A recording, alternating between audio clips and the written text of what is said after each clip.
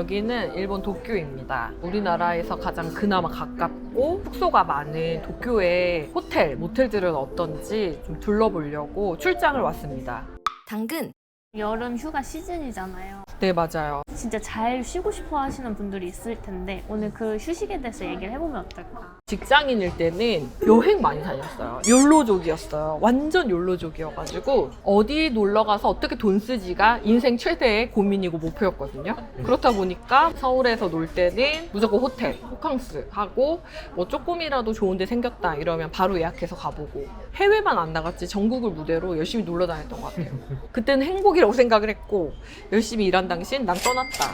쉴 때는 제대로 좀 쉬고 우리 일할 때는 좀 집중해서 일하는 게 중요한데 우리나라 자체가 열심히 살려고 하는 사람들한테는 좀 가혹하잖아요. 반드시 성과를 내야 된다고 생각을 하고 그리고 그 성과는 수치로 이야기할 수 있어야지 생각을 하니까 되게 가혹한 것 같아요. 그래서 열심히 일하는 사람들한테는 열심히 일한 만큼 충분히 휴식이 필요할 텐데 휴식을 하는 것 자체도 불안하게 만드는 것 같거든요. 휴식이 필요한 사람들의 증상 같은 게 있을까요? 제가 책에서 봤는데 사람들의 연락을 회피하거나 받고 싶어 하지 않는 경우 그리고 자도 이유 없이 피곤한 경우 마지막으로 쉬고 있는 중에도 내가 지금 과연 쉴 자격이 있나? 스스로를 자책하면서 쉬지 못하는 경우 이 세 가지는 반드시 휴식을 취해야 된대요. 공감하는 분들 많을 것 같아요. 이 세 가지. 네, 맞아요. 생각보다 주변에 많은 것 같아요. 특히 한국 사회 같은 경우 너무 경쟁하고 성과 위주로 사람 판단하다 보니까 자기 스스로가 자기의 기준을 만들어 놓고 계속 자책하고 평가하거든요. 그래서 더 많을 것 같아요.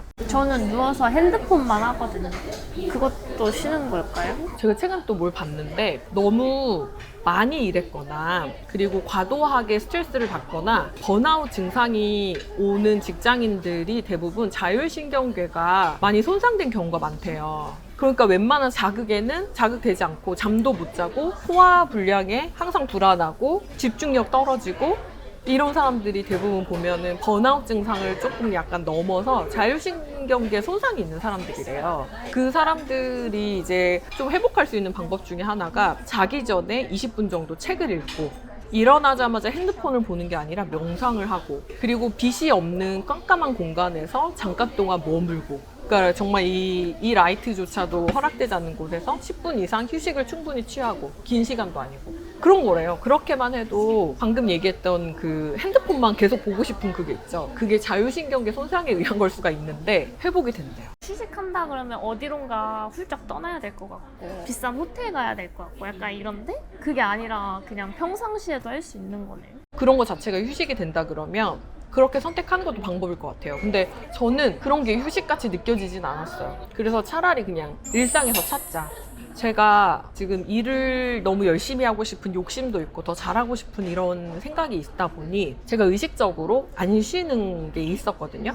그리고 그렇게 쉬는 것 자체가 지금 저한테는 즐겁지 않은 거예요. 그러니까 여행을 가거나 휴가를 간다고 하면 그 여행이나 휴가가 즐겁고 행복해야지 휴식이 될 텐데 불안하고 지금은 때가 아닌 것 같다는 생각이 끊임없이 드니까 그 여행이나 휴식 자체도 제가 즐기지 못하고 있더라고요. 그래서 제가 찾았던 방법은 짬짬이 일상에서 제가 할 수 있는 즐거움을 찾아서 제가 저한테 여유를 주고 제가 저한테 그 즐거움을 찾도록 탐색할 수 있도록 시간을 주는 거예요. 그러면 뭔가 일과 분리된 또 다른 휴식을 취하지 않기 때문에 불안하지도 않으면서 틈틈이 제 방식대로 휴식을 찾다 보니 또 너무 번아웃이나 지치진 않더라고요. 저는 그런 방식으로 휴식을 찾긴 했었거든요. 그게 제가 오히려 여행이랍시고 진짜 몇 박 며칠씩 어디를 가도 전혀 즐기지 못해요. 갔다 오면 오히려 밀린 일 때문에 더 스트레스 받고 쉰 것도 아니고 일한 것도 아닌 게 되더라고요. 그래서 제가 느낀 거는 즐거움이나 그 휴식을 일상에서 찾자. 일주일 중에 하루 정도 그리고 하루에서도 몇 시간은 제가 좋아하는 사람을 만나서 인사이트를 얻거나 리프레시를 하거나 또는 스파 같은 거 가는 걸 제가 별로 좋아하지 않았거든요. 근데 의식적으로라도 몸을 좀 쉬게 해줘야겠더라고요. 그래서 일부러 갔어요. 왜냐하면 그렇게 돈을 지불하고 가야지 그때서야 제가 겨우 몇 시간이라도 핸드폰을 안 보더라고요. 그렇게 해서 이제 쉬게 된 게 저는 오히려 며칠씩 여행을 가는 것보다 더 휴식이 되더라고요. 그래서 일상에서 짬짬이 제가 즐거움을 찾고 저를 쉬게 만들어주고 그리고 또 일할 땐 일하고 이런 방식이 저한테는 맞겠다라는 생각이 들었어요. 근데 저 같은 분들이 많을 것 같아요. 주변에서 너는 왜 안 쉬냐, 좀 쉬어야 되지 않겠냐 하도 그러니까 어설프게 여행이랍시고 떠나거든요.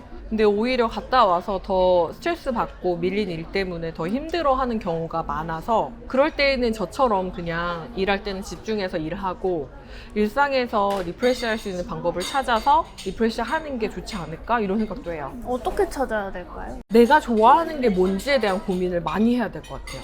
내가 좋아하는 게 뭐지? 그리고 나는 뭘 했을 때 좀 행복하게 느끼지? 저는 좀 대화가 되는 그리고 의사소통이 되는 새로운 인사이트 줄 수 있는 사람들 만나면 너무 행복하거든요. 그래서 그런 사람들 만날 때는 시간이 아깝지가 않아요. 일 얘기를 해도 확실히 휴식을 했다, 리프레시가 된다 이런 생각이 들거든요. 맛있는 걸 먹는 게 행복하다 이러면 맛있는 걸 많이 맛집 탐방을 다니시는 것도 방법일 것 같고 완전 새로운 곳에 공간에 가는 걸 환경에 노출되는 게 휴식이다라고 느껴지시는 분들은 또 그렇게 하는 게 방법일 것 같고 자기만의 방법을 찾는 게 제일 중요할 것 같아요. 근데 이게 되게 고민하고 나를 알기 위해서 노력하지 않고서는 잘 찾아지지 않으니까 고민을 많이 해봐야 되는 부분인 것 같아요. 제가 최근에 유튜브를 봤는데 어떤 의사 선생님 나와가지고 밥 먹고 제발 누워서 핸드폰 좀 봐라 이러는 거예요. 봐라? 네. 왜냐면은 대부분 밥 먹고 바로 누우면 역류성 식도염 걸린다, 핸드폰 뭐 도파민 중독이다, 그만 좀 봐라, 특히 짧은 영상은 그만 봐라 이러잖아요. 근데 너무 한국 사람들이 열심히 살고 너무 휴식이 없이 살기 때문에 밥 먹고 제발 누워가지고 핸드폰 좀 봐라, 제발 좀 쉬어라 이런 영상이 알고리즘에 떴거든요. 진짜 위로가 되는 것 같아요. 위로가 되면서 아니 밥 먹고 누워서 잠깐 휴대폰 봐도 되는데 그것조차 역류성 식도염 걸린다, 뭐 도파민 뭐 어쩌고 한다, 뭐 짧은 영상 그만 봐라, 핸드폰에 중독됐다 뭐 이런 얘기로 그거조차 못하게 하니까 아니다, 쉬어도 된다 이런 영상 올리셨더라고요. 그거 보면서 사실 휴식의 방법이 따로 정해진 게 없고 그리고 어떤 식으로 쉬는지에 대한 규칙이 있는 것도 아닌데 우리는 너무 열심히 일하는 걸 강요하고 강조하다 보니 나도 모르게 쉬고 있을 때 잠깐 누워 있을 때 자책하게 되는 것 같아요. 그리고 이제 스스로 막 점검하자. 나 오늘 열심히 살았나? 그리고 이제 휴대폰 너무 많이 봤는데 스크린 타임 뜨잖아요. 뭐 이번 주에 저번 주보다 몇 시간 더 핸드폰을 사용하셨습니다. 써도 되는데, 그쵸?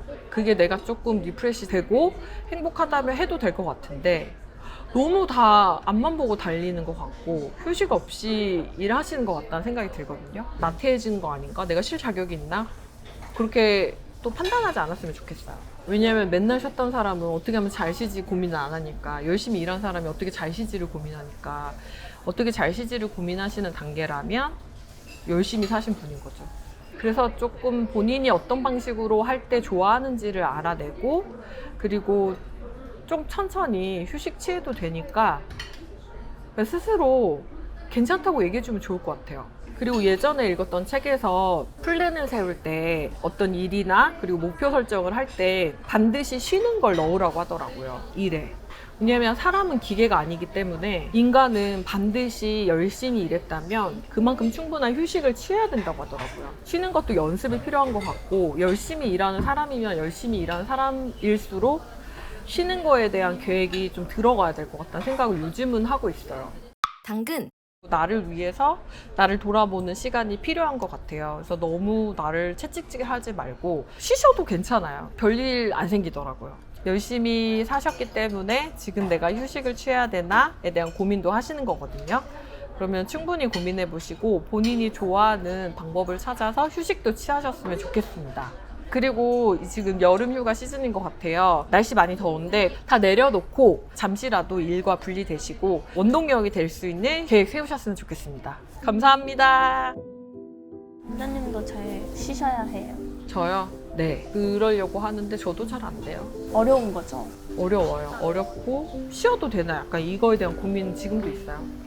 이제 쉬는 것도 배워야지 되는 상황입니다.